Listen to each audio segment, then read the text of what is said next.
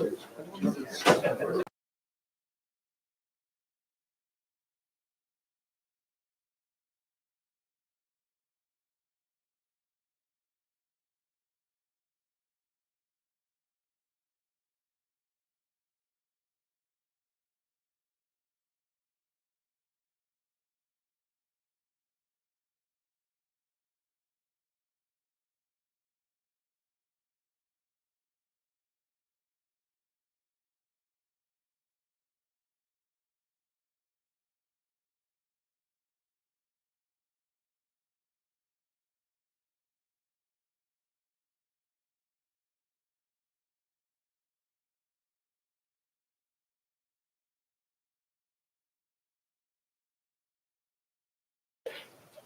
right, very good. Okay. In accordance with Section 5 of the Open Public Meetings Act, Chapter 231, Public Law 1975, be advised that a notice of this meeting was made by posting on the bulletin board, Town Hall, and mailing to the officially designated newspapers a list of the meeting dates annually, indicating that this meeting would take place at the Town Hall at 7:30 p.m. on Wednesday, September 4th, 2024. Corey Diller, Here. Allison Canfield, Here. Michael Cohen, Here. Deborah Neves, Here. Frank Sacramandi, Here. Sweetie Vijay, Here. David Cosgrove, Here. Michael Zion, Here. Gaston Halbert, Here. that's all. Here. We welcome you back after a planning board break since June 5th. And given such, we do have a number of minutes to approve from back in the spring, so we'll go ahead and go through those. We will go into our business with the extension, then followed by the application, and we'll do the bylaws last, as we have applicants and their professionals here with us, so I prefer to just swap the last two items on our agenda for tonight. That said, we'll move forward with the approval of the minutes, beginning with April 17th, 2024. Eileen, did you have any corrections or? I did not receive any. Okay, did anybody have any corrections or edits? Actually, Madam Chair, Please. I forget it, and I apologize, Eileen, if I sent you these in advance. If I did not, I did have a couple of quick ones. Okay. The page 2, Stephen Warner drafted a resolution for the board. If they were to find this element to be not inconsistent with the master plan, no, strike that. I strike that, my apologies. I struck my own revisions when I realized that they were not. I have no revisions. How'd I do so far? Mr. Cosgrove. I didn't get any minutes to review, so I don't know if anyone These else. were received back in May of Okay, this yeah, they year, go so, back. yeah, so we Thanks, have had, understood. I'm sorry, they came in early June, but we didn't discuss them at that meeting because it was too close to the meeting, and it's been quite a while, so, we've I had did get them. those, though. Yeah. Thank you. So we have meeting minutes of 4:17, we'll continue that, 5:15 and 6:05 as well, yes. Madam Chair, I'm going to avail myself of the, it's been quite a wild defense because I think I made those changes. In Once couple upon of- a time, That's okay, so right. no proposed changes No to proposed the changes. meeting minutes. While you have it there, would you mind reading those members who were at the meeting? Who are eligible to Sure, I have present the following board members: Canfield, Cone, Nevis, Sacramandi, Sujatha, Vijay, Cosgrove, Zion, Halbert, and Zoll. Chair. Great, thank you. I move to approve the minutes of April 17th. Do we have a second? Second. Thank you. All in favor? Aye. Opposed? And I assume if you were not in attendance, you would abstain. Absolutely. The meeting minutes of May 15th, 2024. Similar question, if you have any revisions, Eileen, first? Yeah. Okay, for any of those. Okay. Did anybody else have any comments or edits? Council? Okay. Just I making think sure. I've said more than enough. You're fine. Eileen, do you have the names of those who were in attendance? Corey Diller, Michael Cohen, Frank Sacramandi, Sujatha Shan, David Cosgrove, Michael Zion, Gaston Halbert, that's all. Great, I move to approve. Do we have a second? Second. All in favor? Aye. Aye. Opposed? Okay, and any not present will abstain. And finally, the meeting of June 5th, 2024. Same open for any questions, comments, or edits. Okay, those present include Corey Biller, Michael Cohen, Deborah Nevis, Frank Zakamandu, Sujatha, Srini, Dave Cosgrove, Gaston, and myself.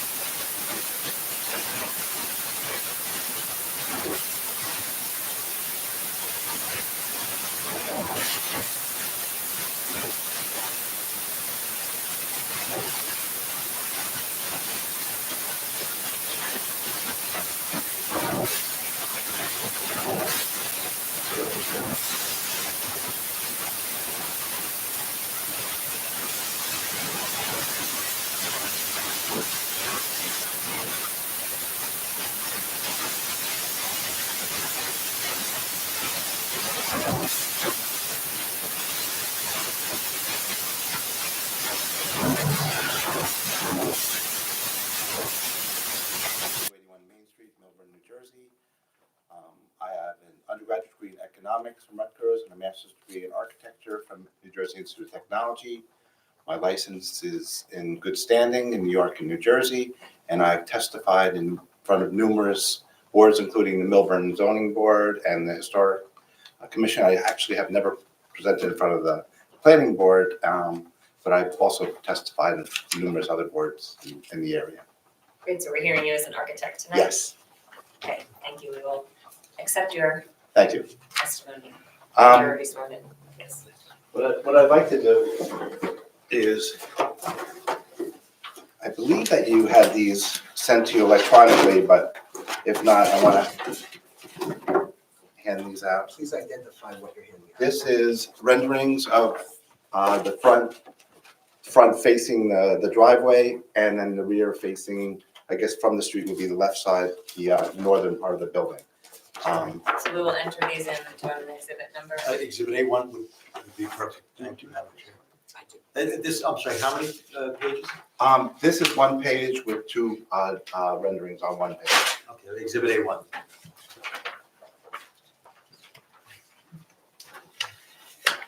Can I just give them for you to pass them down there?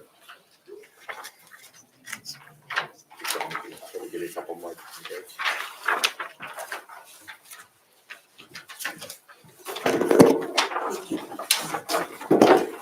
That's extra.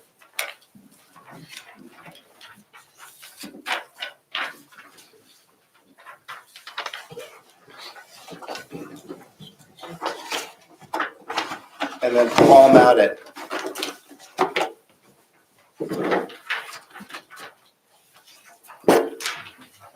You haven't seen this.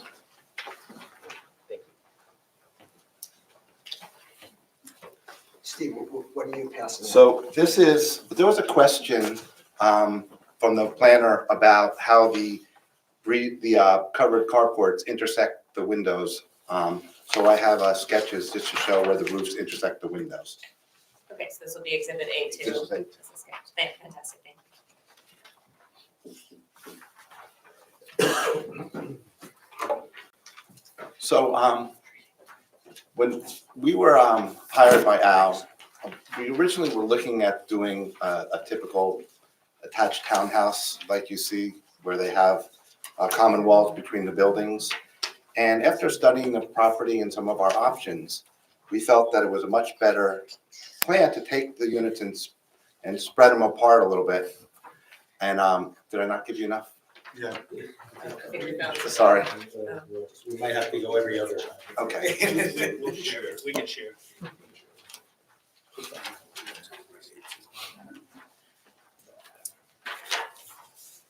Okay. So what we decided to do, instead of having units all mushed together, we pulled them apart and we connected them with these carports. It's still considered a multi-unit dwelling because they're all attached, but the advantage of this is now by having windows and on the sides of the buildings, if you've ever been in a typical townhouse, they're pretty dark. So by allowing fenestrations on the sides, it really makes the quality of the interiors of these buildings much nicer. It also makes it better privacy between the buildings because between the dwellings, because you don't have common walls of living space. So if your neighbor's making noise, you don't hear them. The other thing that it did is allowed us to put the parking right next to each of the dwelling units along.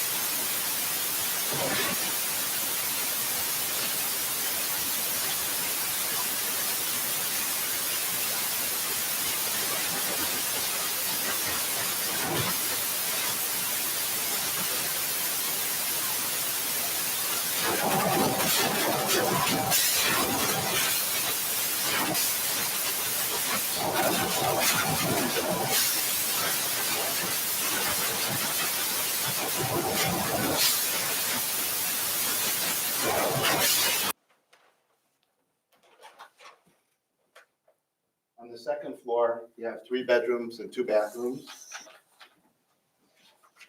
And then on the top floor, which is the attic level, we're calling them bedrooms, but typically people will use one as a home office or a guest area. And then we, on the top level, we have 2 bedrooms and a laundry room and a bathroom that they share. There was a question about how the carports affect the quality of the light into the spaces, and that's the other handout I gave you. I showed how the roofs intersect and clear the windows. And it's a very similar situation for when you have a porch on a house where you have a roof over an area that's attached to the building. It's not as bright as if there was no roof, but it still allows natural light and ventilation to come through. There was also a question about the materials, what we're doing on the outside. And as you can see on the rendering, we're going to do a neutral colors. We'll do hardy boards with white AZAC trim as maintenance free as possible. And then we're doing porches along the front of the units to kind of give a sense of community within all these, within these dwelling units, that I imagine that people will be sitting on the front porch and talking to their neighbors, and you know, the kids will probably be roller skating in the driveway. And I feel that having a front porch really engages the neighborhood feel of the building. And I think, there was a question about adding some kind of wheel stops in the parking areas. We're gonna have little retaining walls or wheel stops just to keep the cars from going off the end there. And the other question was the elevation that is facing Main Street, which, by the way, I wanted to look good because it's across the street from my office.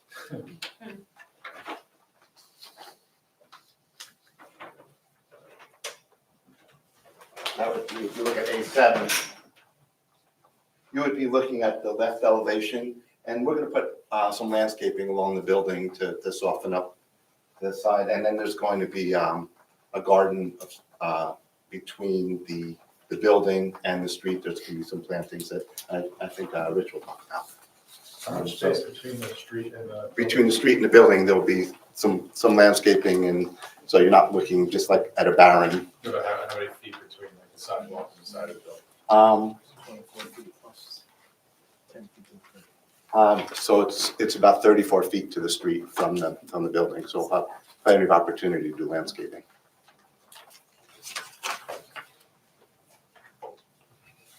And do you have any questions? I think that's all I have to say about as far as the architecture on the building, unless you have some questions. Thanks. Have you designed, I guess, if you call it a townhome community or what you would call it, or development, like such with these, the carports attaching. No, this is the first time. I thought it was a good solution to give each dwelling unit a little more privacy instead of just mushing them all together like you typically see. I thought it would be a better place for people to live.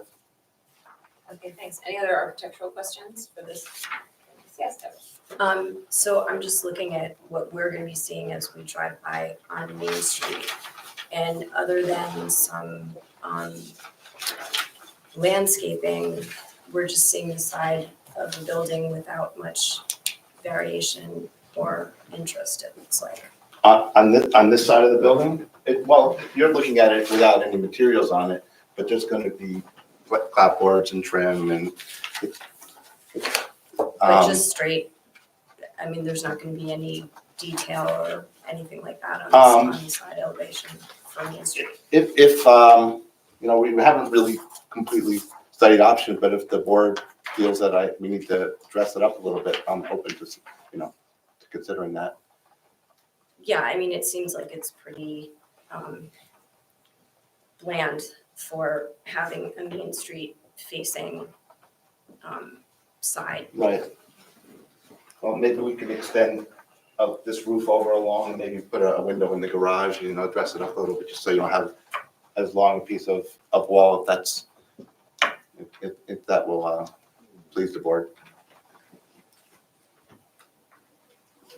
But there will be landscape, and we'll put some I know higher it trees was, and stuff. I looked at the house that was there before, which had a lot of detail and charm to it. And, no offense, but this is not as charming as what was there. And it's a busy street, there's a lot of traffic, a lot of people are gonna be seeing this. And it's, that's why I have questions about it. It's also sandwiched between two, one massive Yeah, but office building and then a it parking is, lot on but one that side. doesn't mean that it No. can't still be, You're right. you know. We would consider maybe if that was what the board wanted, we would add a window and dress it up a little bit. Okay. Thank you. Other questions? Is there anything else in Millburn that looks like this? I don't think so. I think we're doing something, a little nicer than what you typically see. There is on Main Street, there is a small little townhouse development closer actually near Rich's office that Are these rentals or condos? they're going to be condos. These are condos? Yes. They will be.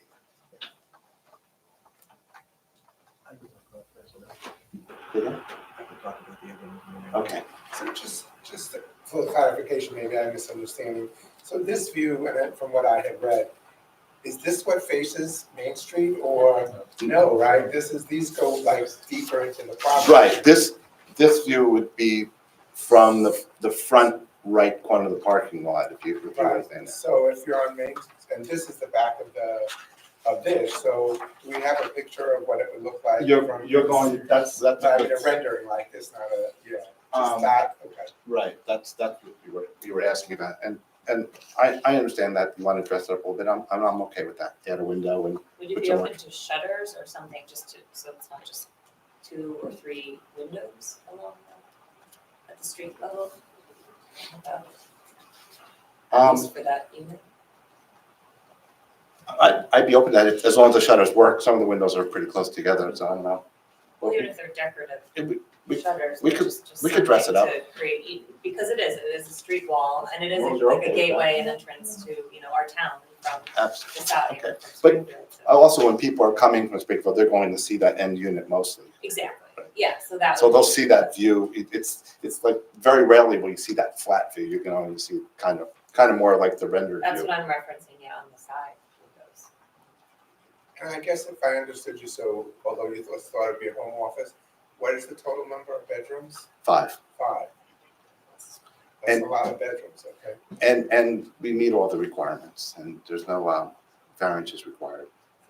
Well, I'm sorry, my apologies for interrupting, Madam Chair, but when you say there's no variances required, there are variances required with respect to the application.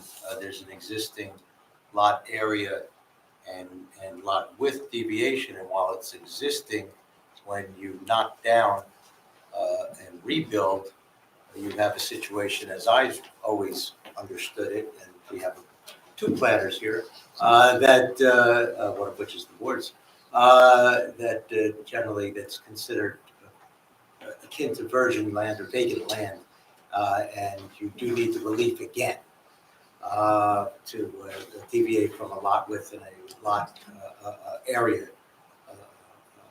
that is undersized with respect to the. All right, let me rephrase that. We're complying with all the bulk requirements for the sizes of lot that's there. Understood. Okay. We're not asking for any side yard or FAR variances from what's already there. Just so then, if the garage is a two-car garage, right? The purpose of so are we expecting people to have like 3 cars? Is there one car? It's a one-car It's a garage, one-car garage. and then on the sides will be an EV spot and a regular spot. So each unit has 3 places to park without being in the driveway. Okay. Rich is going to address that in a little more detail with that site design. I mean, I'm just concerned that it would be like subdivided into a two-family, each of these would be subdivided into a two-family house at some point. Because it seems to be enough space for that, that's, There's only one kitchen, so. okay. Will Mr. Keller address the guest parking and? Yes. Okay, any other questions for the architect? More statement, you had mentioned trees, I would highly recommend trees in addition to. I agree. I think Rich will You answer the tree plan. he'll talk about the Okay. plantings and the site design. If you have one question, did you, this house is on the historic element of the master plan. Did you do any research on the house itself or? No, I mean, you can address the planning of the site, but the building that was there was in terrible disrepair. It was really beyond being able to fix. So I feel that the buildings that we're putting, the building that we're putting there does have a very traditional aesthetic with the clapboards and the typical trim that we find on a cottagey style house.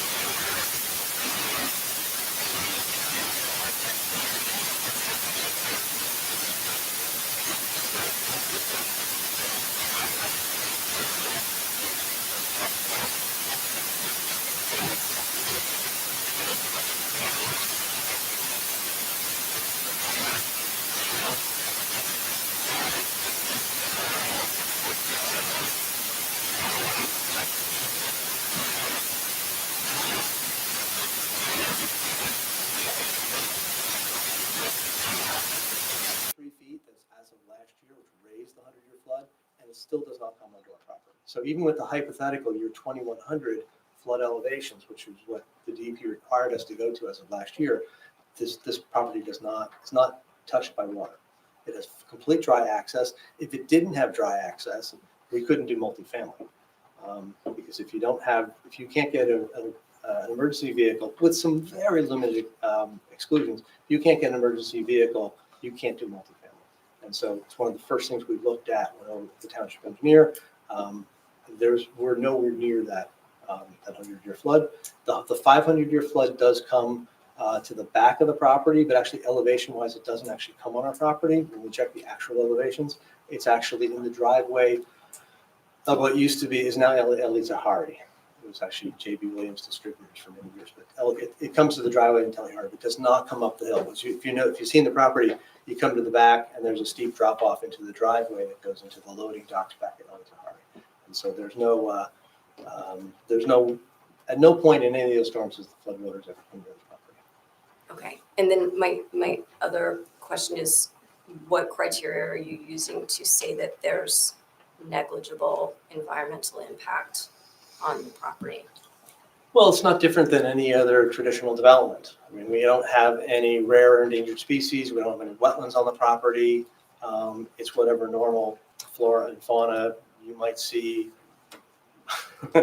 Raccoons, mostly from Columbus and other. Actually, we have more rats in the area than we have, which we're trying to get rid of as a neighborhood right now. But there's no special breeding grounds. There's no falcon or eagle nesting areas. There's no special areas of concern per DEP. So it's just a standard development.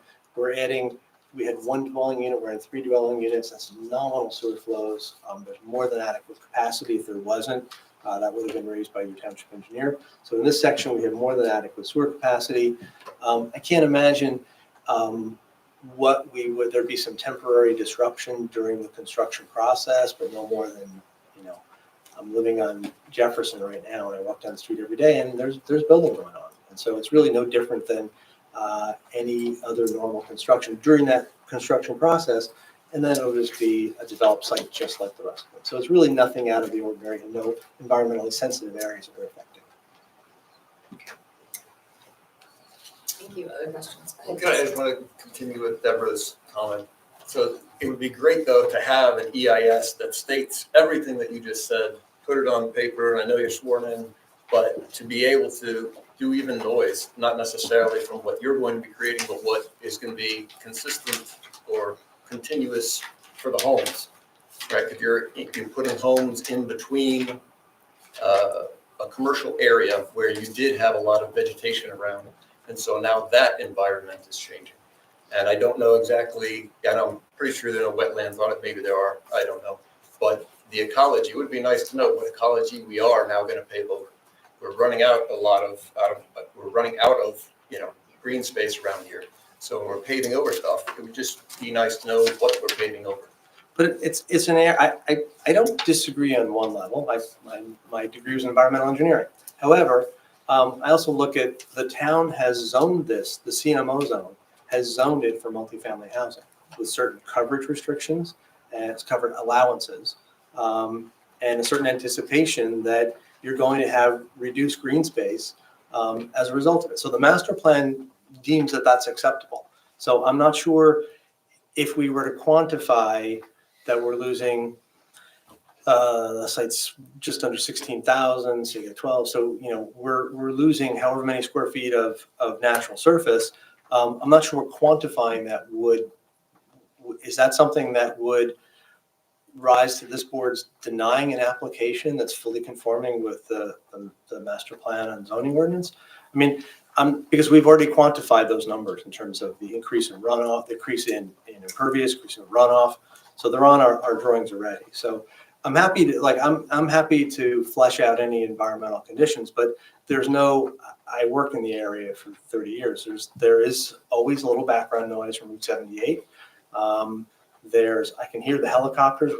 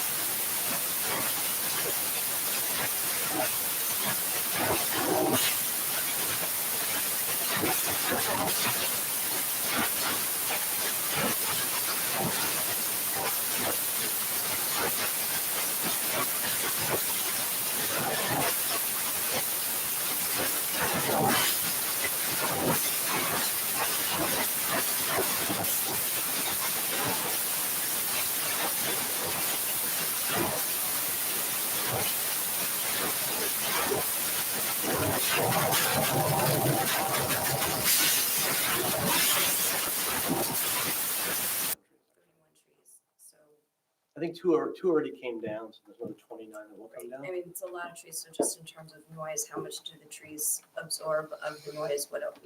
I'm also interested in what this impact study Right. would have to say about it. Most of those trees, there's a reason, when we get to my landscape plan, there's a reason that out of the 31 trees we're taking down, only 15 replacements are required. And we have an exponential replacement. So for a 10-inch tree, you replace 4. It's not 1-to-1.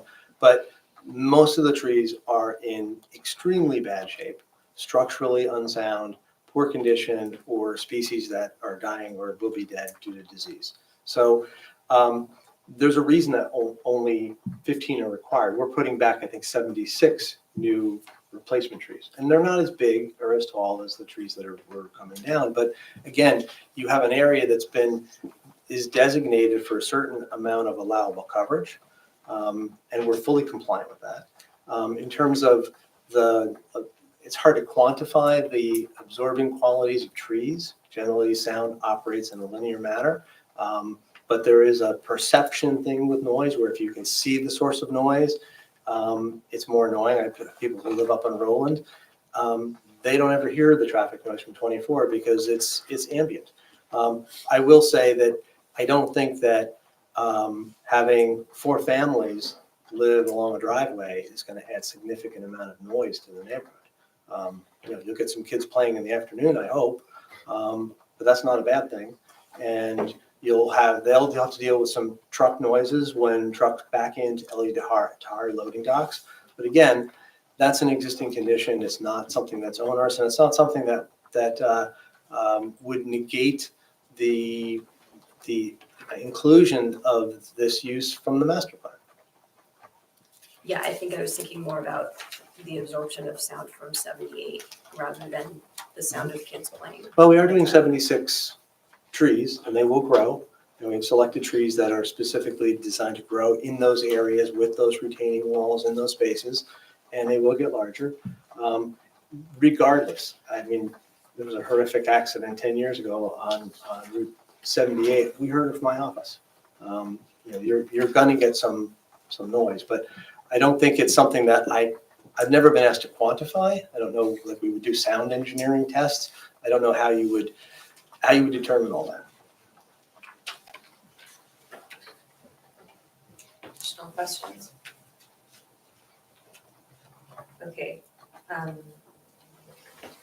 Just going to repeat for myself. The 4 submission waivers are for the EIS, architectural elevations, the telephone line testimony, which we heard about, and the construction detail on the EV charging.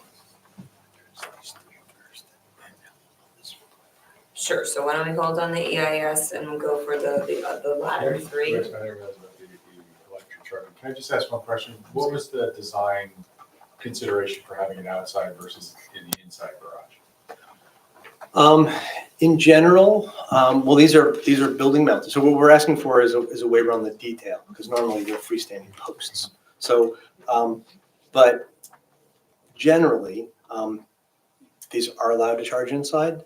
I have a lot of clients who are a little worried that Tesla might catch fire as part of the charging process, and then at least you're not in the building. You still have a covered roof, but it's a much more controllable area and more easily to fight. So we have certain people, actually certain fire departments actually are pushing back on any internal charging, and even a multifamily where you allow 100% development, 250 units, they don't want the charging inside because a Tesla fire takes something like 40,000 gallons of water to put out, where a standard car fire takes about 600 to 1,000. So there's a big difference. So we think it's better to have it outside. What's nice about having it wall mounted, they're attractive units, no one will ever see them, but is that there's not a common electric, there's not an app to charge for the electric, it gets hardwired right in, the cord is right there, they can pull the car in, charge it. So it just seemed like a better option, and certainly I think it allays people's fears. No, I mean, that all makes sense. I just, my initial thought was, hey, if you have it inside, you avoid the likelihood that people just park 2 cars on the outside and just use the garage for storage, and so it might minimize sort of, but That could happen no matter what, but what we have been finding is garage use is actually up with all of the car thefts that have been happening in the last couple of years. Garage use is actually on the increase, so we hope that they'll use at least 1 space. And that'll allow them the maneuverability for that access to the charging. Okay, so let's take the EIS question second, and let's start with those 3 latter requests: the materials and color and the architectural elevation, the telephone line, and the EV charging equipment description. I will move to approve granting the waivers as requested. We have a second. Second, thanks. I heard, That was Frank, second. okay. And this is for everything except the EIS. Correct, the other three. Corey Miller, Yes. Allison Campbell, Yes. Michael Cohen, Yes. Deborah Nevis, Yes. Frank Segamendi, Yes. Srini Vijay, Yes. David Cosgrove, Yes. Gaston Halbert, Yes. Beth Zoll. Yes. Okay. Now why don't we tackle the EIS too? I was just, I don't, could be handled either way. I was just wondering out loud now whether the board is more comfortable hearing further testimony. As Mr. Keller explained, he's probably going to touch even more on landscaping and other issues, and then the board can always determine whether or not an environmental impact statement the board feels is necessary to render a decision, or if not, if the board feels it would be helpful for the professionals to have as condition of approval, or if not, then it's a waiver in its entirety. Or the board can vote right now. Sure, that's fine. So would you feel more comfortable, I know a few of you expressed some concern, waiting and hearing the application and then making the determination once you've heard more from the applicant? Because I'd like to hear some more Sure. design from the story, how it's, I'd like, when I ask about the design questions, I would have asked the plan. Gotcha. So. Okay, so why don't we hold off and handle the EIS waiver request as we're moving towards In essence, it's granted to allow you to continue to testify and present the application. It's, and in any waiver request, the board always retains the ability to subsequently ask for the item should they need it in the context of rendering a decision or as a condition of approval. So if I understand correctly, you're allowed to proceed. Thank you. We can ask questions or how? Well, I think Yes, that he's gonna now give his testimony. His testimony. Yeah, Thank you. more testimony. Okay, so I'm going to use the drawings that you have before you. I'll come to two color ones. When I get to the two color ones, I'll indicate. But the drawings otherwise for the first few are exactly what's part of your submission package. And that's, my eyes are not good enough. Last revised, 6/28/2024. and it's I'm sorry, but how many sheets set? The sheet set is 11 sheets. I won't go through all of them, but there are 11 sheet set, and they all have the same original date of 11/30/2023, and they are revised through 6/28/2024. Thank you. Thank you. So I admonished my staff a little today. Because the cover sheet is the ugliest cover sheet my office has ever prepared, I'm going to start with sheet number 2 because it has all the salient information in it. It's not as offensive to me. So the property, it's always weird when, I'm planner and engineer, I have two hats and you don't want to have me come up twice. So now we're getting to the site stuff and you've already heard about how we're fitting it out. But the site itself is a 15,915 square foot, 75 foot by roughly 215 foot deep, approximately rectangular property. It's on the east side of Main Street. It's about 77 feet south of the intersection of Bleecker Street, right across from Mia Familia. And then it is about 500 feet to the north from the bridge that goes over Route 78. The property is located wholly within the CMO, Commercial Medical Office District. Main Street itself is designated as County Route 577, as Ms. Callahan said. At least that's what Google says. However, it is actually fully under the control and jurisdiction of the Township of Millburn. So while site plan is not required, we don't have to use county details, we always do make an application to the county anyways for either of them to decide whether they have jurisdiction or not jurisdiction. So we will make that application regardless. The site is proximate to, I would point out, my office is in the next block, just before Palumbo's. The number 70 bus does come by. One of my employees took that for 20-some years. So it is proximate to stops on both directions for the number 70 bus. And we're located about just over 2,020 feet south of Taylor Park, so 0.37 acres, 37 miles up the street to Taylor Park, and then obviously it brings to the start of the downtown central business district. The site is, as was indicated earlier, is not located within a 100-year floodplain, either as was shown on our flood study from 1977, or the most recent DP FEMA mapping, and including the 3-foot bump in elevation that the DP required last year to more closely model estimated 2100-year flooding. So we are including that elevation bump. We are not located in the special flood hazard area of the Raleigh River, and the project does not require any DEP approvals. With regard to the character of the neighborhood, it is an eclectic mix. There are offices and commercial uses on either side of us. There's on either side of our property are 2-story office buildings. The one on the corner actually will be coming soon is the old Zurich Insurance, the brick office building set about 15 feet off the street. That is going to be converted into a medical office and attorney, and will be coming before this board for site plan pretty soon. Next to us to the south is another office building. That one sits at the back of the property with a large parking lot in front and a row of trees that will not be that's on that property will not be touched as part of this application. And then behind us, in the area where the 500-year flooding does come up to. I'm sorry to interrupt, but are we getting the recording on as well? I know we have a stenographer, but, or maybe you could, I don't know, I think you might be able to take the mic with you.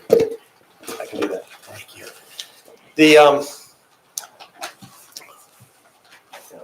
I lost my laser, otherwise I would just use the laser. I probably would blind myself.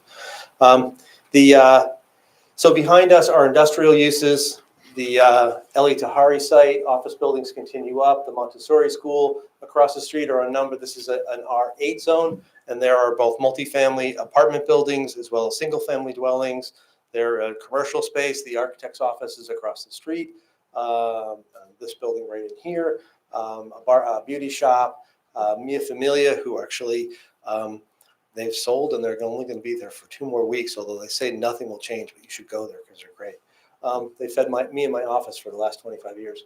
And then obviously beyond that is the 1 and 2 family zone. That's the R7 zone. So it's an eclectic neighborhood that we're in the middle of. The property itself, if I go to the sheet number 2, which is the topographic survey, this is obviously before the demo. Again, our drawings were first dated upon our first submissions back in November, so it's before the house was demoed. The site itself is relatively flat, graded to the back and slightly to the northwest, and then it drops off at the very back of the property. It drops off into the driveway for the Eli Tahari site. There are no easements that affect the property. There are no encroachments on the property. We look at the demo plan.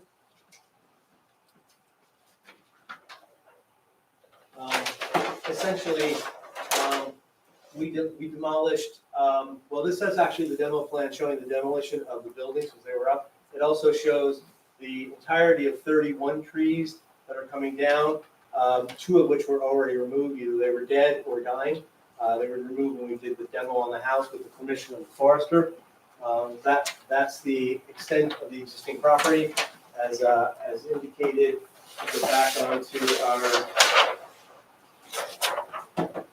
first drawing. We are fully compliant with all the bulk requirements except for 2. One is the lot area, where 30,000 square feet is required in the old commercial zone. We're at 15,914 as indicated. We know the non-conforming condition, and that is to the lot width, where we are roughly half of the 750 feet required. Again, we're not relying on the existing house for any existing grandfathering, but we do have a grandfathering section of the ordinance, which basically says that this is still a developable lot. It's just obviously a smaller lot. When you apply the allowable lot coverage, it gets commensurately smaller. So we're fully compliant with all of the new parameters relating to the bulk requirements. If we then look at the first sheet, I'm gonna introduce it as I guess this is A3, I believe. 3.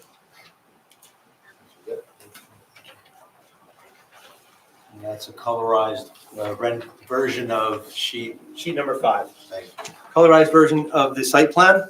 So this is where we get into the protected development, the proposed improvements. And this has indicated, previously, we're looking at developing 4 connected dwelling units along the northerly side of the property, biased towards the northerly side of the property, meeting the minimum 12-foot setback. On the south side, or the bottom of the drawing, we biased an 18-foot wide driveway that comes in, and it expands up to 23 feet wherever we've got the 90-degree backup from the existing garages or the tandem spaces. When it comes across the frontage, it travels out at 18, it opens back up. So it's a variable width driveway, but we do have 23 feet on that driveway at all locations where we have 90-degree backup parking onto that area. So I think that's a section we do not need a waiver from, because while our driveway width is variable, we've just decided to do it across each one. If you have a 18-foot wide driveway that comes in and you expand when you get a parking lot, that would be typical. In this case, we've just done it wherever we've got backup at 90 degrees, we provide for 23-foot aisle width, 23-foot wide aisle. As indicated, each dwelling unit is just under 2,000 square feet and includes a 1-car garage, and then immediately next to that, one open and one under that building roof link. There are 2 spaces, one of which is the back one is an EV with an EV charger on the wall.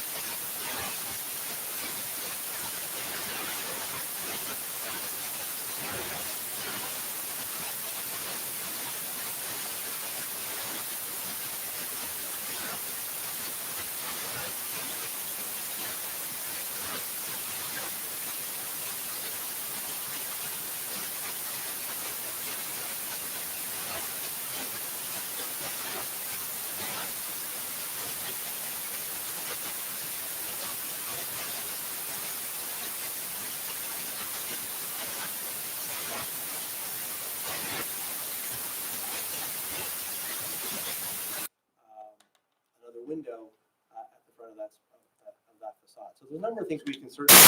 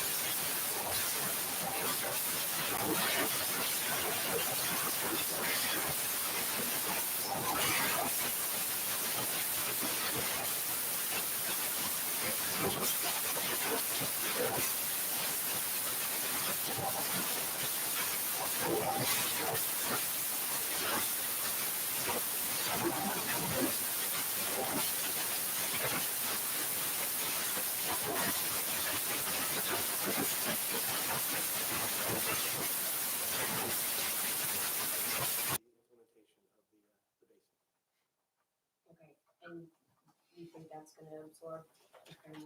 Yeah, oh, so the other thing we actually are doing is that we've got the water that kind of runs along. So the other green infrastructure is the permeable paver walkway that runs down there, and that's right at the edge of the lawn area. So you're getting some cleaning with the lawn, and you're getting the groundwater infiltration. There is a berm that keeps that water from going onto the neighbor's property.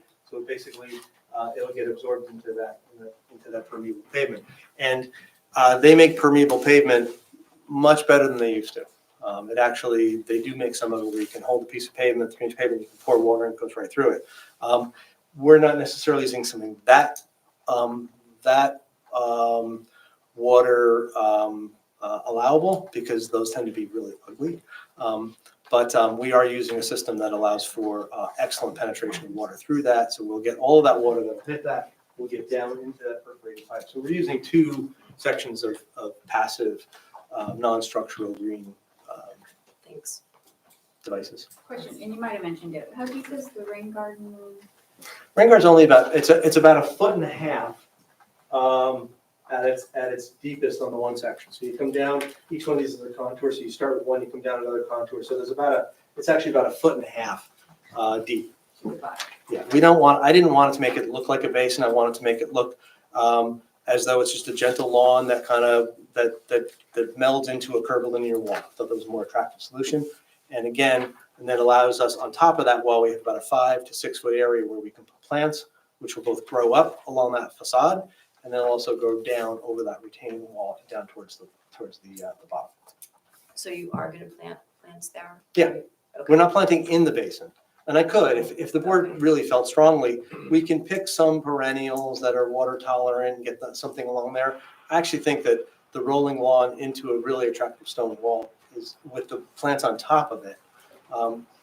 I've seen it on Route 202 in Morris Township for 30 years, and I've always thought it's beautiful. And I finally got a chance to use that here. So I think it can be attractive. And like I said, we have not had good luck with plant material.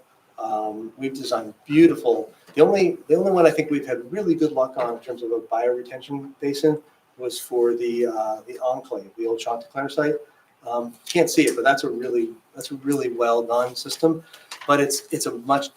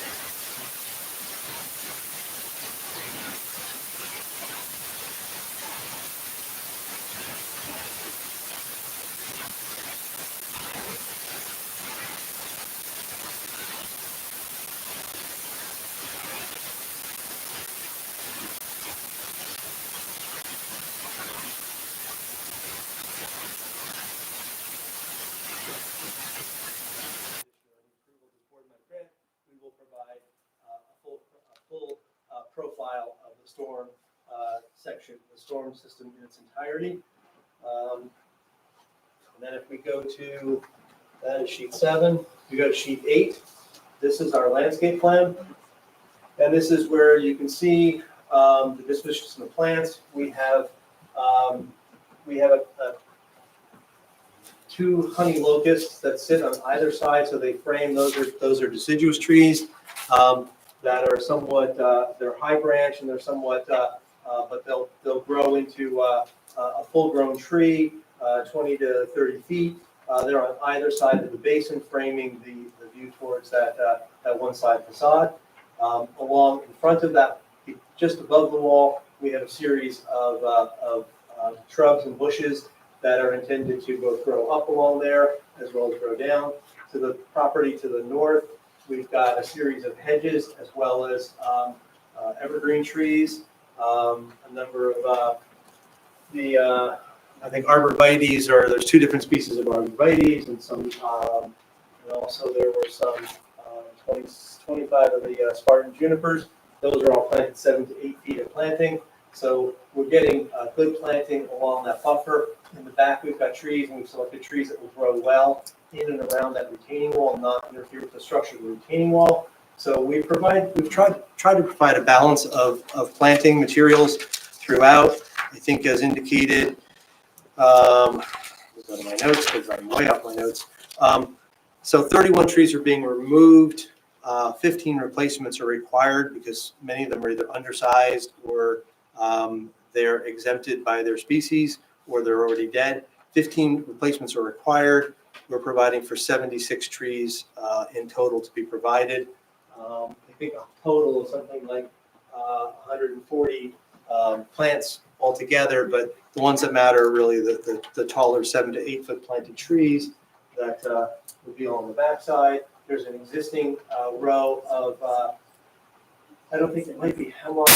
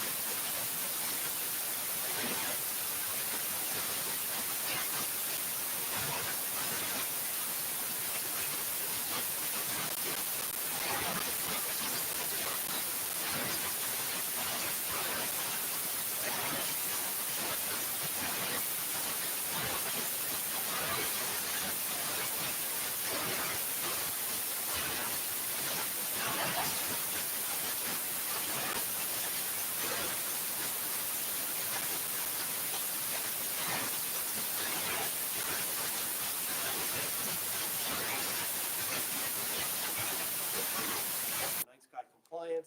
They certainly Night sky or dark sky? dark sky. So however, when we did our analysis, the Millburn standards are very tough. I don't know a single site plan that has yet been able to make the maximum average of 1 foot candle. Whether it's the paper mill or any of the site plans I've done in the last 5 years, it's a very strict standard. So we are compliant with the minimum lighting. We're compliant with the maximum amount of individual foot candles and lighting on the site. We're fully compliant. However, on the average along the sidewalk, we are, and I apologize because these numbers are shown, but they're very faint on sheet 9. But there's no spillover of any light onto the adjoining properties, but the average in that walk area is at 1.3 foot candles where 1 is permitted. I would say the difference from 1.3 and 1.0 is imperceptible. It is limited to that pedestrian walkway, which is also framed by a fair amount of landscaping, which will keep that light further contained. It does provide it for a modicum of additional safety, although not much. And again, it's adjacent to the 2-story non-residential building, so there's no negative impact on the neighbors. What we strive for in my company is really shown for in these maximum min, and especially the average min, that's uniformity. The more uniform a lighting plan is, that means you don't go from bright spots to dark spots to bright spots, which is difficult for the eye. So you can have something that's meets all your requirements, but the uniformity is not as low, and therefore it becomes much more, you feel much more glare. Basically that average to minimum, a ratio of 5 is acceptable. Anything below 5, below 3 is great. We're actually at 2.0 and 2.6, so we're very uniform. So it's low lighting, it's uniform. We just go over the maximum and average along the walkway, which if you're going to do that anywhere, I think that's probably the place to do it. Everywhere else, we're fully compliant with the ordinance, so we do need a design waiver from that section. So altogether, we think we need a design waiver for the access and loading to the parking spaces.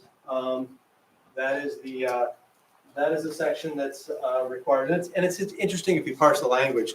DRZ 516.2, the standard requires that all individual spaces be served by interior driveways designed for vehicular access without the need for moving any vehicle.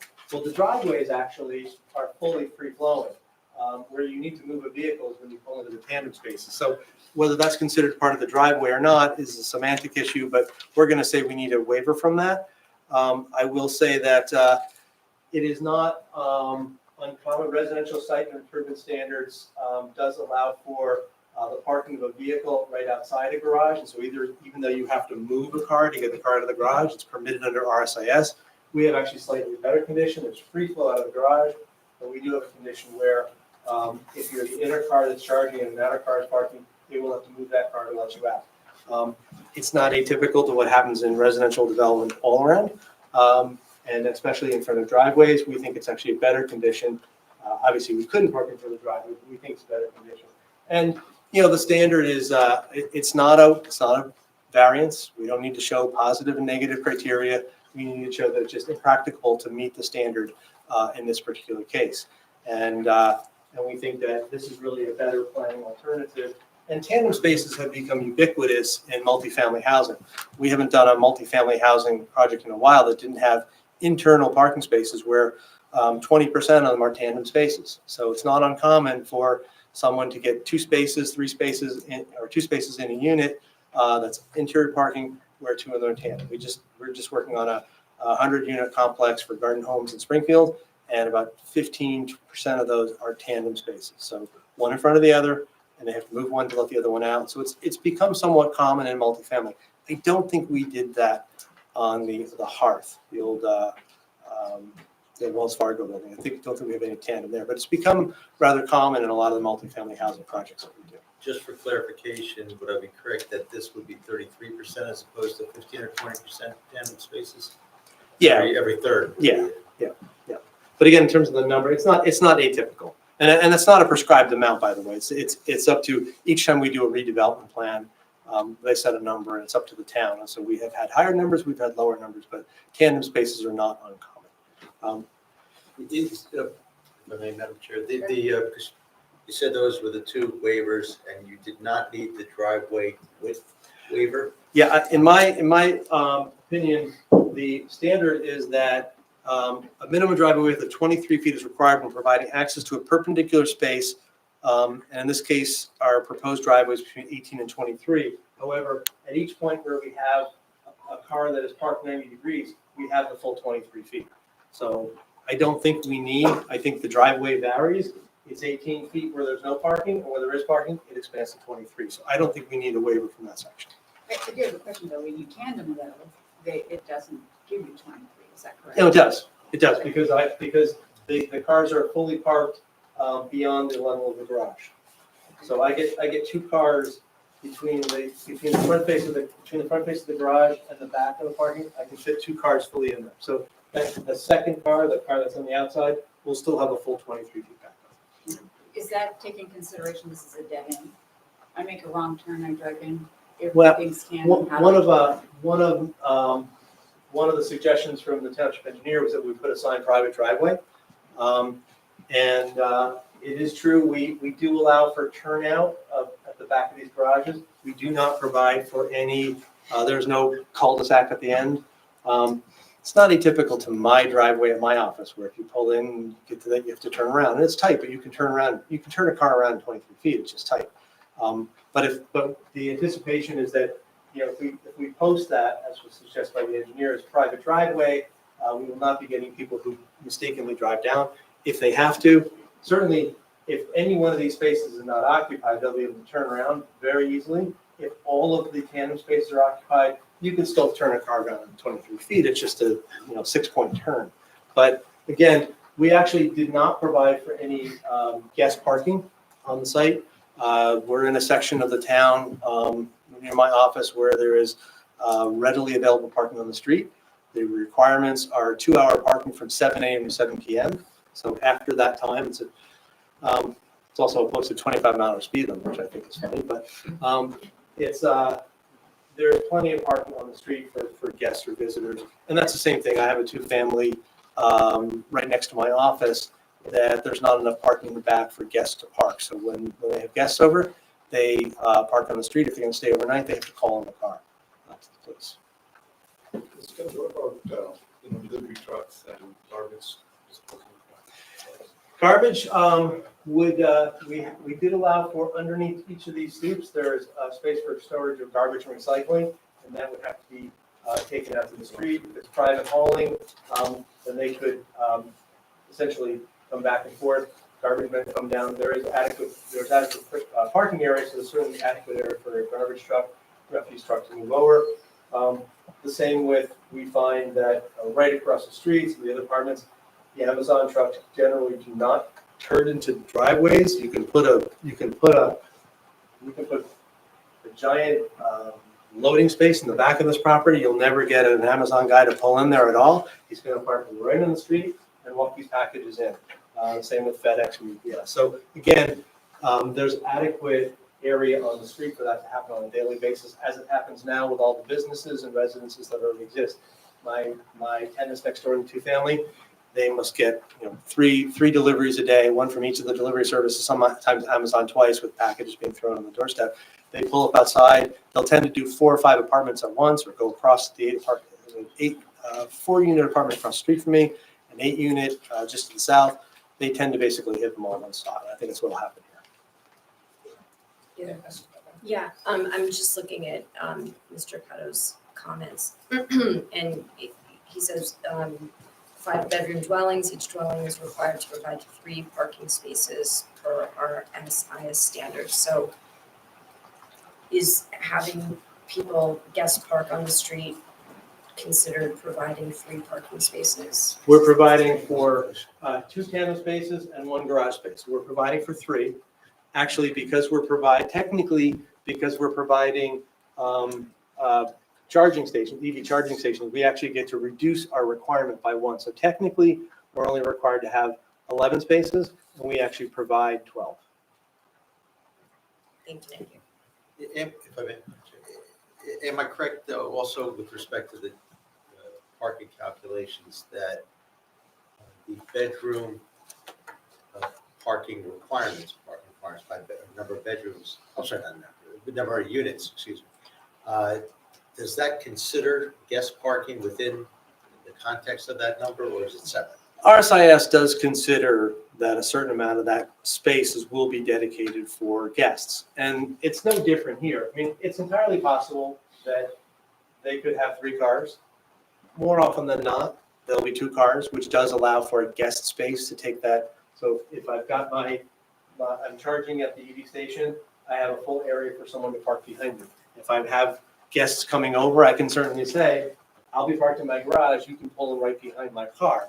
But obviously, if that's not available, but RSIS, they're empirically based. So there is the intention that's a certain amount of spaces required are going to be for guests. And the number of spaces required goes up on bedroom count. So because we're a 5-bedroom, could be a 5-bedroom, that's why we require 3, not 2.6 or 2.1 or 1.8 or any of the RSIS multipliers. So that is factored in already. And as indicated, there are, I don't have a 5-bedroom, but I have a 3-bedroom, 2-family, and those people have never had. They've had 4 kids come through the school system. They've never had more than 2 cars.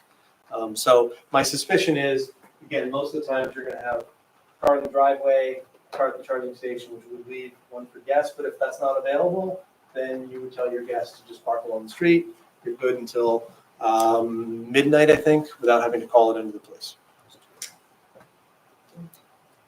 And if I may, at some point relatively soon, I suspect you're going to switch over, put your planning hat on. To the extent one comes off, one comes on. And you've already talked about the potential need or not for certain variances and waivers. So I just want to make sure we're keeping score at the appropriate time. Don't want to lose sight of that. So the board is clear as to what relief you're seeking and they're voting on. So I think we need waivers from 2 sections of the ordinance. If the board disagreed, we could say it's 3. I think that we clearly provide enough backup area for those cars. So I think we need 2 waivers. And again, the waivers, they're not like variances with positive and negative criteria, advancing the purposes of the Land Use Act, all that sort of good stuff. There's a more relaxed standard, and the standard is really, is it impracticable to meet that ordinance? And in some ways, almost like a C2 variance, is there a benefit to not providing them? So clearly, we think that the impact is minimal. It's granting of those design waivers does not compromise the intent of the master plan or the type of use on this project property. We are asking for ratification of the 2 existing non-conforming conditions, that being lot width and lot area. So the 2 variances you're asking for a lot width and lot area, correct? Correct. Existing non-conforming The conditions to be magnitude verified. being the lot area existing is 15,914 square feet, 30,000 square feet is the minimum required. Correct. And the magnitude of the lot width variance that you're asking for, which is a C1 and or C2, is 74.73 feet versus 150 feet minimum lot width required, Right. correct? Okay. And clearly that would be a C2. And you're Both of them are stipulating that C1.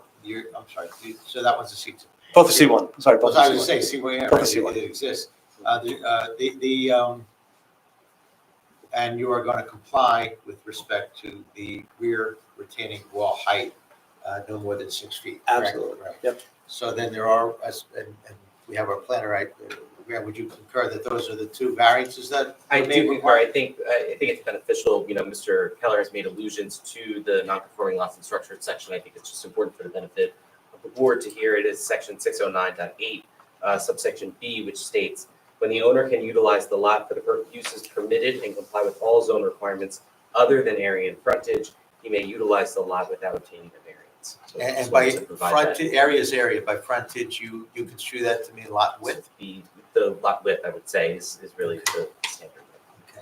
And as far as the design waivers, the average light intensity is 1.3 foot candles versus 1 foot candle maximum. Correct. Okay. And the tandem parking versus interior driveways without the need to move vehicles Correct. around is the other waiver.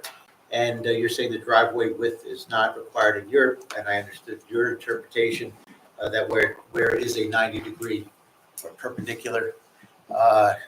And did teach us that in law school, did they? The 90-degree or perpendicular entry, it is at least 23 feet, correct? Yes. And maybe if with the chair's permission, I can put Graham on the spot one more time and ask him and or our engineer if they concur with that.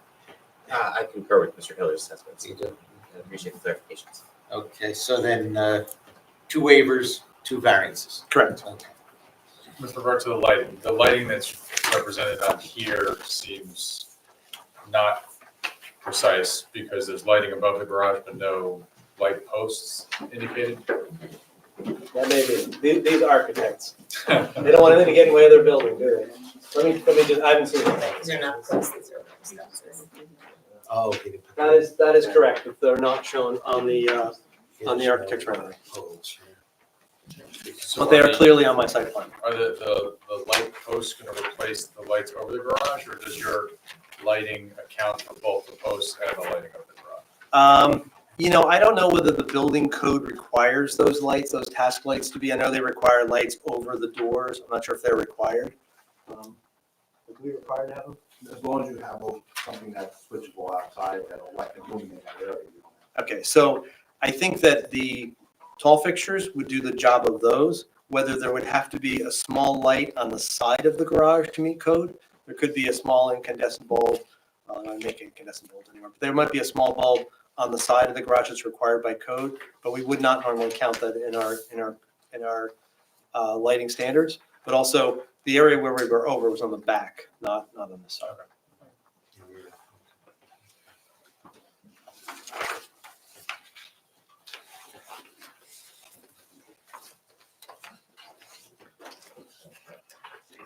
I think other than kind of reiterating, those 2 variances for the existing non-conforming conditions, those would clearly be C1 variance where the hardship is created by the existing size of the lot, shape of the lot, configuration of the lot. It's an existing lot. We can't change it. We can't acquire property from either side owner without demolishing a building. So there's clearly a C1 hardship that's related to the size and shape of the existing property. And as was indicated, by Graham, and I appreciate it because I've tried to memorize our ordinance, but he keeps changing it all the time. Actually the grandfathering section says I don't need a variance for that section. I believe that's what you just said. Right? Yeah, so I technically do not need the C1 variance. I never mind asking the board to confer that it's an existing condition and grant the variance just because it seems like good housekeeping. But actually, according to your ordinance, which I couldn't remember the specifics of, I do not need a variance for this.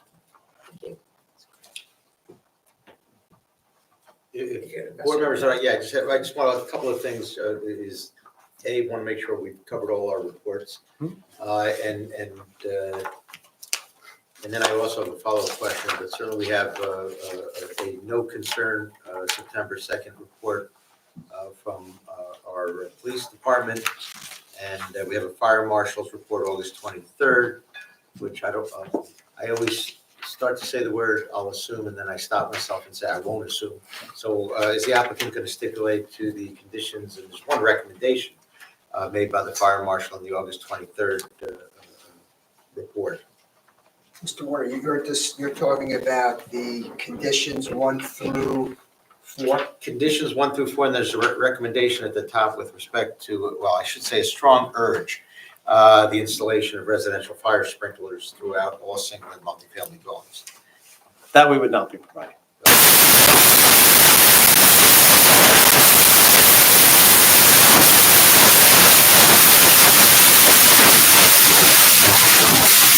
marshal's memo of August 23rd? That's correct.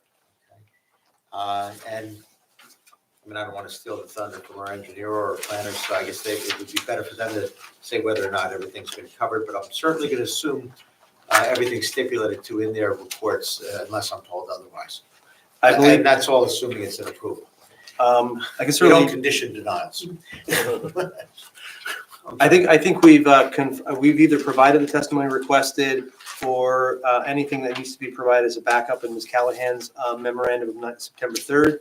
We would have no problem complying with that. And I think we've answered most of Graham's questions through topology. I don't want to go item by item, but I think, Graham, is there anything that I needed to address that I may have missed in your, I'm just looking at your completeness report. Let me look at your design. No, I was following along. I didn't see anything. Good, thank you. Okay, so Number 4, Which, revise the landscaping plan. That would be, so that we have under section F would be our recommended conditions of the approval to affix, and that includes correcting the tree replacement plan and the landscape plan. Okay, we're okay with that. You're gonna comply with all the conditions set forth on page 8 of our planner's report. Yeah, item number, F1 through 5 with sub-parts. item number 4, revise the landscape plan as part of coordinated screening regimen with the application next door. We've actually been we took down some of their trees that were dead and dying so there's been a good relationship between Mr. Wu and the new owners of the property next door. So we'll continue to do that. And so we can certainly revise the landscape plan. I think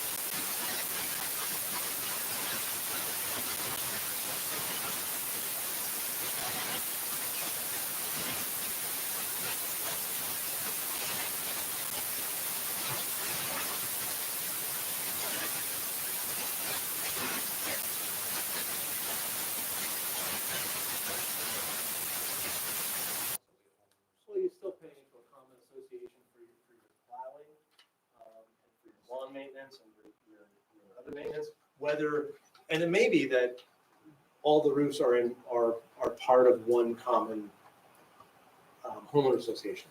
That hasn't been determined. That specificity hasn't been determined. But I don't think it matters because typology-wise, it's one building, and it meets the definition of multifamily housing because there's more than 3 units that are attached, with independent families or habitants. Right, and so this continues to be one block and lot in our tax maps. And Correct. there's gonna be one owner of the property, and then how that is, managed, condo association or whatnot, is sort of up to the owner. Yep. So So it'll they pass, choose obviously. how- Yeah, it'll pass into a condo association as well as 4 individual owners and 4 members of the condo association. And you couldn't turn these, first of all, you couldn't physically turn them into a 2-family, even though there's a number of bedrooms, which we think demographically seems to be used as an office and a walk-in closet, et cetera. But there could be as many as 5 bedrooms. But regardless of that, you couldn't divide that into a 2-family, and you couldn't break that up and create lot lines, because obviously we'd have to come back to this board, actually come back to the Board of Adjustment to create single-family dwellings, and your list of variances would keep Mr. Warner writing for hours, because you just have so many variances. You would never get an approval to divide that into 4 lots. So the common ownership is really what's best for the neighborhood, ensures proper maintenance of the entire complex, maintenance of the basin, maintenance of the driveway, and that would be almost impossible to change. And certainly, you couldn't create 2 families. And that common ownership is a condition of approval that the applicant stipulated to for purposes of, among other things, ensuring proper maintenance of the rain garden, et cetera. Right. Well, I don't know legally, that's really not, again, my area of expertise, but legally, you would have 4 individual homeowners that were members of a condo association. So you will not have one ownership. You'll have, it's not like a cooperative where you own a share of a corporation. But I'm straying far from my area of expertise. So I guess similar, that's in terms of property tax, so is that something that these 4 people pay individually, or is that something They that? get 4 bills. Any condo gets 4 bills. So any place you have a condo, they get 4 bills. Yeah.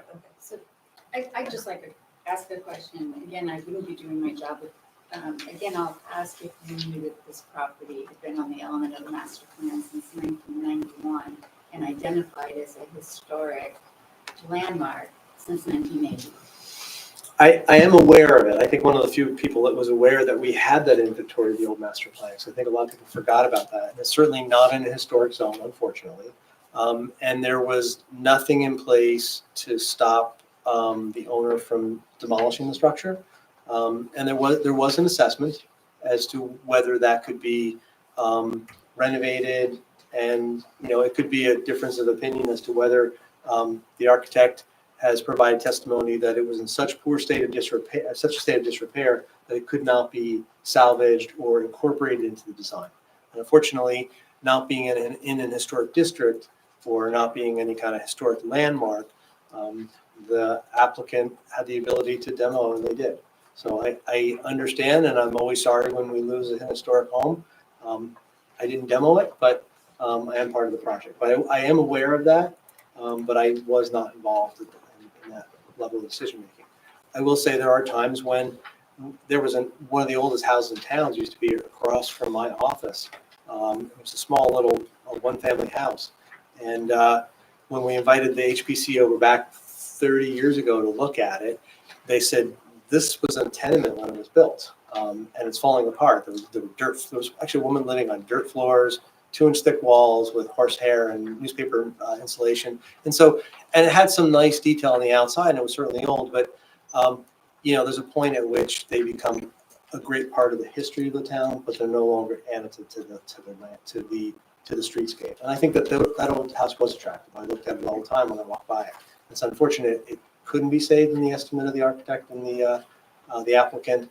But I also don't, similar to Department of Interior Standards, I didn't think that it would be appropriate for us to mimic that house in any way, because it's not that house. It's not from 1870. So I think a traditional style was chosen as being integrative into the neighborhood and contextual, but it certainly doesn't mimic that. It doesn't provide some of the details. And it's not we don't have a front-facing building.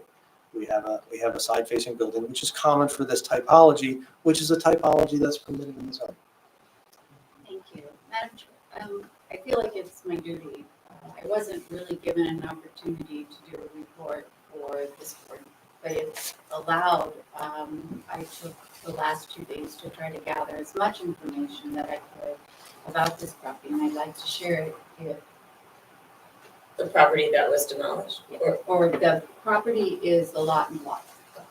So remember that that's where the confusion is, so. the house versus the property. Exactly. So I'll leave that up to the board whether or not they want to do a full report, because I think it does say a lot as far as, the neighborhood, but still there, the design of this particular structure, I think it could influence other board members as we move forward with little changes that we'd like to see. Sure, would members of the board like to hear Ms. Canfield's? I promise it'll be brief. Yeah, and if I may add on that, frankly, but two things real quick, I promise. To the extent it's being considered by you as a board member rendering a determination on this application, I think it's appropriate, if not advisable, that you do share it, both with the board, but also with the applicant, so the applicant has members of the public, so they have an opportunity to hear it and address it as well. Because with any personal knowledge of any board member on any application, that's a good thing, as long as you share it, as opposed to keep it in your head and render a decision based on it without sharing it, because then it doesn't give everybody the opportunity to due process to address it. With that said, I'm going to triangulate the applicant's counsel and say you have no objection to our board member sharing that information, correct? I'm going to speak with my client. You can do that. But you're talking about verbally now. Verbally right now. Yeah, not coming back for a report later. And then giving you an opportunity as the planner to address it. There is no objection. I had a feeling there might not be. Thank you. Thank you. Okay, guys, just, Michael. Just so you know, this is the information that I gathered. I prefer to go to my whole board and any input that they have. So to let you know that as of February of this year, there was a new demo ordinance that states that this would not be allowed to happen again. So if anyone would like a copy of that, I'm more than happy to give that to you. So thank you. I'm sorry, just for the record, Yeah. that ordinance though was adopted in February? February of this year. Right, so this application was submitted prior to February of this year, correct? Yeah, November and December of 23. So under the time of application, rule, Dunbar case, et cetera, the applicant is not bound by this ordinance, but the information is relevant for the board to consider. Right. So just so the board is aware that it is on the element of the master plan. It has been on there since 1991, and it has been on the list of historic buildings since 1980. So there are several houses on Main Street. So we would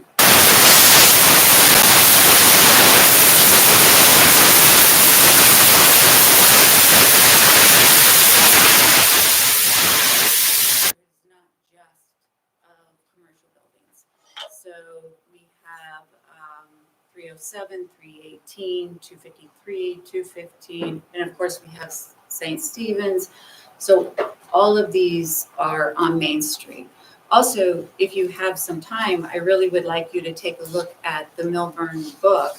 That first and foremost is one of the oldest streets in town and had some of the oldest structures also, whether they were storefronts or houses.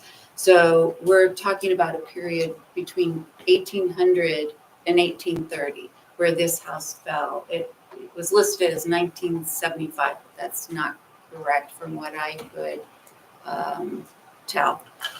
and again, not an official report has been written on that property.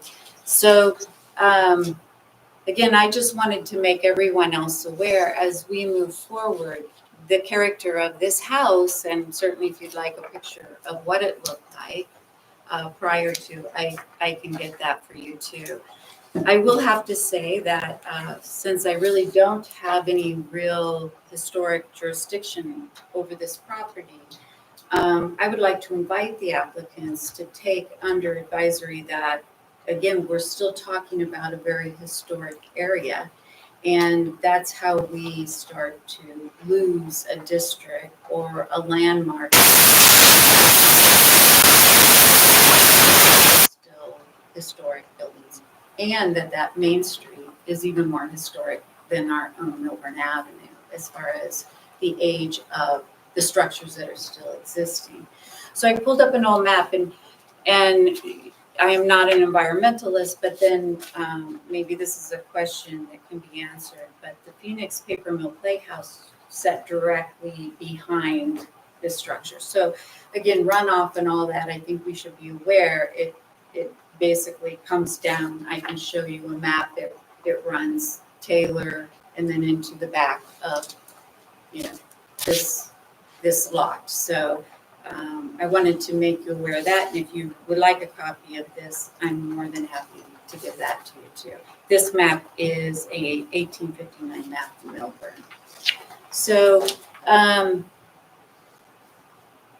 I really would like us to take in consideration, and some of it was brought up, was, from Deborah and yourself, Madam Chair, that, adding a few elements as it's facing the road, maybe a little more historic elements. From a lighting standpoint, maybe gas lighting.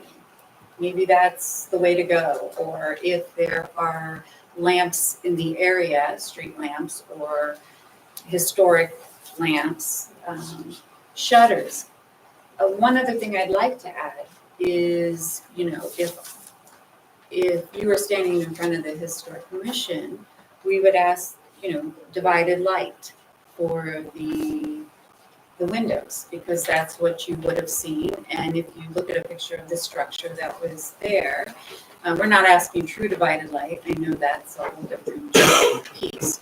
But what we'd like to do is try to preserve what's there, but also if we can mimic how we see that structure. I'd like to see that, or at least ask if we could see that happening. So if anybody has any questions for me, I'm more than happy to answer them. But I was limited on the amount of time. I was just aware myself, I don't have it memorized. And a board member asked me if this was in or on the element of the master plan. So I immediately researched it. So I appreciate your time. I wish I had more of a report to hand you, but I do have copies of anything that you would like to see. Thank you. Just for the record, if and when any copies are shared with any board member prior to making any determination, those copies will be marked as board exhibits and they will be shared with the applicant's professionals first. I'd like to say, I'm actually a big fan of the work that Ms. Canfield does in the HPC. I attended society meetings for a couple of years. I welcome the tools that will help me to guide my clients to say, you can't tear that down. Unfortunately, this one is gone. However, I talked briefly to my client, and clearly in a non-binding, but we'd be happy to have the architect meet with you individually and talk about ways that we can, dividing different mullion patterns, divided light. That's certainly easy. We talked about possibly deepening that roof overhang, having some of that structure have some appearance. There are ways that we can, I think, find common ground. And although I guess technically it's non-binding, and I'd like to, hopefully we can go to a vote tonight, but my client and architect has indicated, and I'd be happy to join too, that we'd be more than happy to sit down with either Ms. Canfield or a group from HPC and discuss ways that we can bring some of that detail into this project. So I think it only makes it a better project. I mean, we're conscious of that history. I'm not sure if we've chosen a lantern that is a gas lantern style, only because we just get so much more efficiency out of LED these days. We were sensitive trying to at least get something to look like that. And I know it's done throughout South Orange and parts of Maplewood. It's not so common here, but that's also can be on the table. We would try to at least be respectful, at least of the type, but using modern technology at the same time. So I think if it was acceptable to Ms. Canfield, we'd be happy, as a condition of any approval this board might grant, to sit down with either Ms. Canfield and or delegates from the HPC and talk about ways we can enliven this facade, to make it a little more street friendly towards Main Street, but also ways that we can bring a little more historic relevance in, whether it's the divided lights, whether it's the roof over, whatever we can do. That's easy. We'd be happy to do that. Madam Chair, I would invite that, and certainly, I'd love to sit down, and even though I know it's not binding, I agree with you. The success of this project, just a little tweaking here and there, and make it fit within the neighborhood.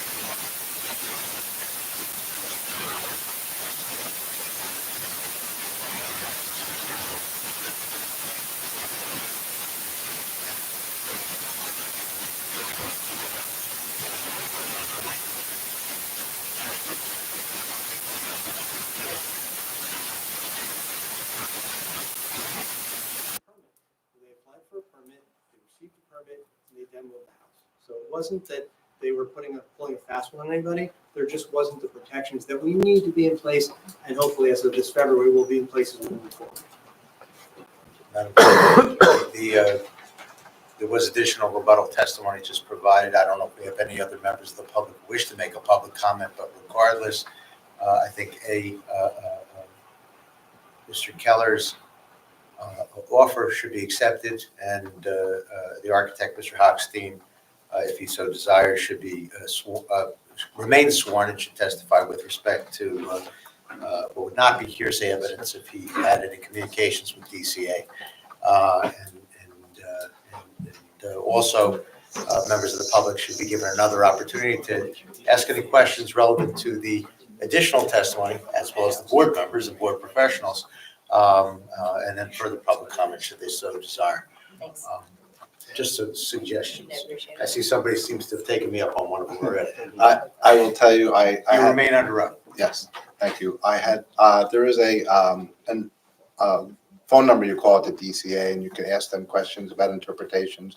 And I had a long discussion with a representative from the DCA, and it's clearly considered a multifamily, and I have to follow all the rules of, with the construction documents of, as a multifamily. So it is, fits under the.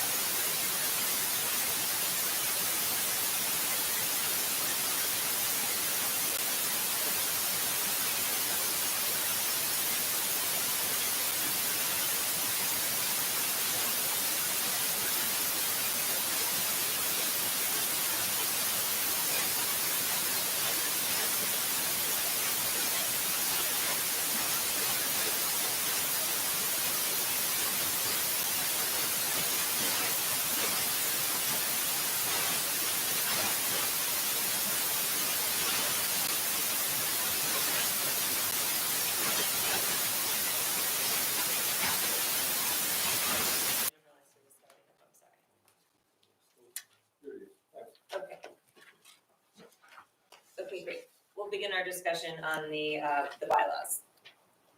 So if anybody had any questions or comments to bring up based on the red line provision. I did. Give me 1 second here to find it.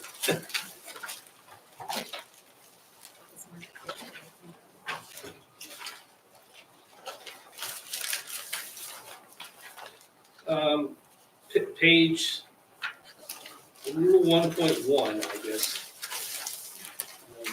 1:1-1-3.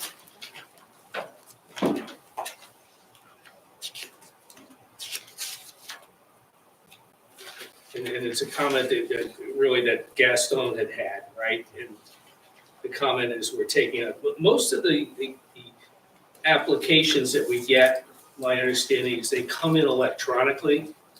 So the concept was to try to make this stuff more available to people. And taking something that's electronic that we have and then saying it can only be seen between the time at 8:30 and 4:30 PM at Town Hall is the opposite of what we're trying to achieve here. I think application materials are made available online or they're not? They're all online. Yeah. They are online. Okay. Okay, so it has occurred, I guess. What section did you say that was in? It was 1:1-3. It's on page one. On page 1, under part 1, organization administration. Might I make a suggested change to how it currently reads with respect to all records? That's. Or applications, uh, records or applications, maybe? Well, that's actually okay, but the requirement is that it be publicly available for inspection during regular business hours of the municipal, of the board clerk. But we can add, should the board so desire, at the end of that sentence, which meets the requirement, and something along the lines of, and to the extent It also be available online. reasonably practicable, will also be online, or also available online, something like that, and I'll clean it up. Which is also Is that- a practice. Well, Yeah. but also That's in good your stuff. comment, right, you had written, I guess that's what I thought David was gonna say. I do not see pending applications. Yeah, my associate did that. There were no pending applications at the time of the revision. They're all up there now. And they're up there now, and Yeah, up the there, township up. committee said draft stuff needs to be made available. So- Right, so, yeah, no, we're good. We're above and beyond the requirement. Thank you for doing it, for putting together. So I'll add that for, final version. Others? That's the only comment I had on these, thanks. Candidly, I did want to share a few thoughts with some, but I'll wait for all the board members to go through, if there are any further. I did have a question. Is there a time frame as to when they are up online or they're to As the soon as they public? get them. As soon as they're accepted, right? Nope. Or, They told me to put them up as soon as they come in. oh, okay. So they don't even have to go through like DRC or any of that? As soon as I get them, I put them up. And then any revisions come changes in, I that are put them up. made, okay. They're all up. If they're revised later, the old ones stay and the new ones come Keeping on. everything up there, just putting anything that's there. That's transparent, okay.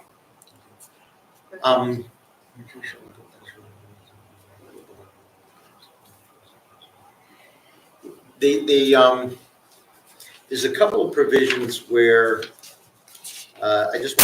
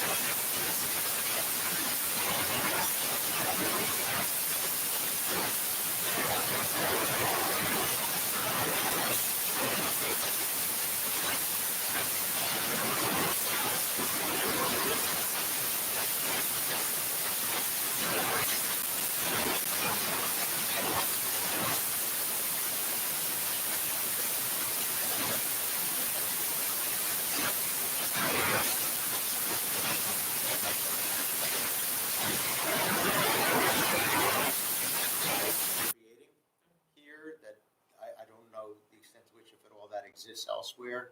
And again, I want to make sure we have the authority to do that as a board. I happen to know at least that you can't waive the requirement that the board attorney shall not be the township attorney. That is the law. So no matter how super the majority is, you can't waive it. So I'm gonna need. We always put it, except we're prohibited by law. That's right. We'll follow the law except where we're required. So I.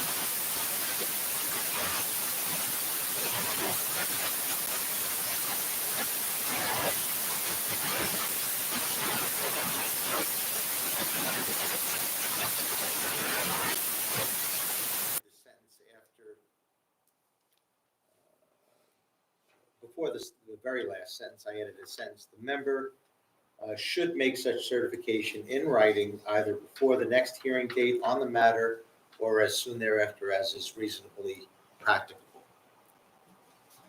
I don't know if that's acceptable to the board, but that was the reason why I thought it best to add that sentence. Otherwise,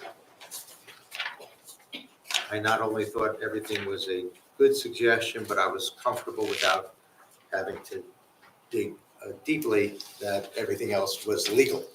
And the board had the authority to put it as the board suggested it in their bylaws. So with those two caveats, I have nothing further. Okay, so we don't have resolution on that first one on the board attorney. On the board attorney or the other one, the special committee authority. Okay, So 1:1-6 and 1:2-5, I respectfully request the opportunity to make sure we can legally have it right, as proposed to be okay. included in the bylaws. Eileen, do we have a meeting on the 18th, this one? Yes. Okay, why don't we wait and you give us resolution on the 18th? That way we can just have the decision before we take a vote conditionally. On or before? Yes. Okay. I will. I hope the board is comfortable with that, but I would rather us have the full picture before taking the vote. Okay, so we will, I don't know if it will be on the agenda for the meeting on the 18th. I move to adjourn tonight. Do we have a second? Madam Chair, can I just bring up one, I apologize, guys, I know we want to get out of here, but on the 18th, we're gonna have the exact same thing happen as we did tonight, where we haven't had enough time to do a report, HPC, for an applicant that's coming through. So I'm asking if we could push that applicant out until HPC's had a meeting to also agree with the report. It'd be, if I may, it'd be incumbent upon me to ask a couple of questions of Eileen. Time. The first thing that's coming to mind is, did that applicant already notice, having been told that the hearing was scheduled for September 18th? They may have, because, 2 weeks away from now. yeah, I mean, if they're agreeable to it, we certainly could ask them, hey, because they would be the second application on. We do have 2 applications, they have the second of 2. So, and it's gonna be it's not gonna be a one meeting application. So I could ask them to perhaps let us carry their application to the October meeting, which is at the end of the month. We could, but also you mentioned it's probably not gonna be a one application meeting, so there would still be an opportunity for HPC to provide comments before we take a vote. Either way. I'll let the board decide. I just know that this one is a much bigger project. Right. And it's the second, there's 2 I'm sure applications on it's the. never gonna go, and I would be shocked if it was done in one meeting. I just don't envision it. It's gonna be. I would feel safe though, I mean, because this has happened. It's on the to me website, yeah, it's the before. Kai Center at 165 Attorneys Road. I don't envision it's gonna go in one meeting. I envision, no, Michael's like, no way. So, I mean, like I said, not to take away, absolutely we want to hear your input, but I mean, that's we might start them. But certainly our next meeting after that is until the end of October. We only have one meeting in October, so. Yeah, you know. I just want to clarify that I'm really out there on a limb by giving these reports without my board approving what I'm reporting. So all I'm asking is to give us time to do the report, let my board approve that report, so then I can bring it to you guys. I would feel much safer, and I think legally, it might be the better way to go. It also sounds like it would behoove the applicant to wait until October, because if they're gonna be at the end of the meeting. I had having to considered bring their calling them and professionals telling here them, to pay for hey, that, I didn't right? envision Having the way things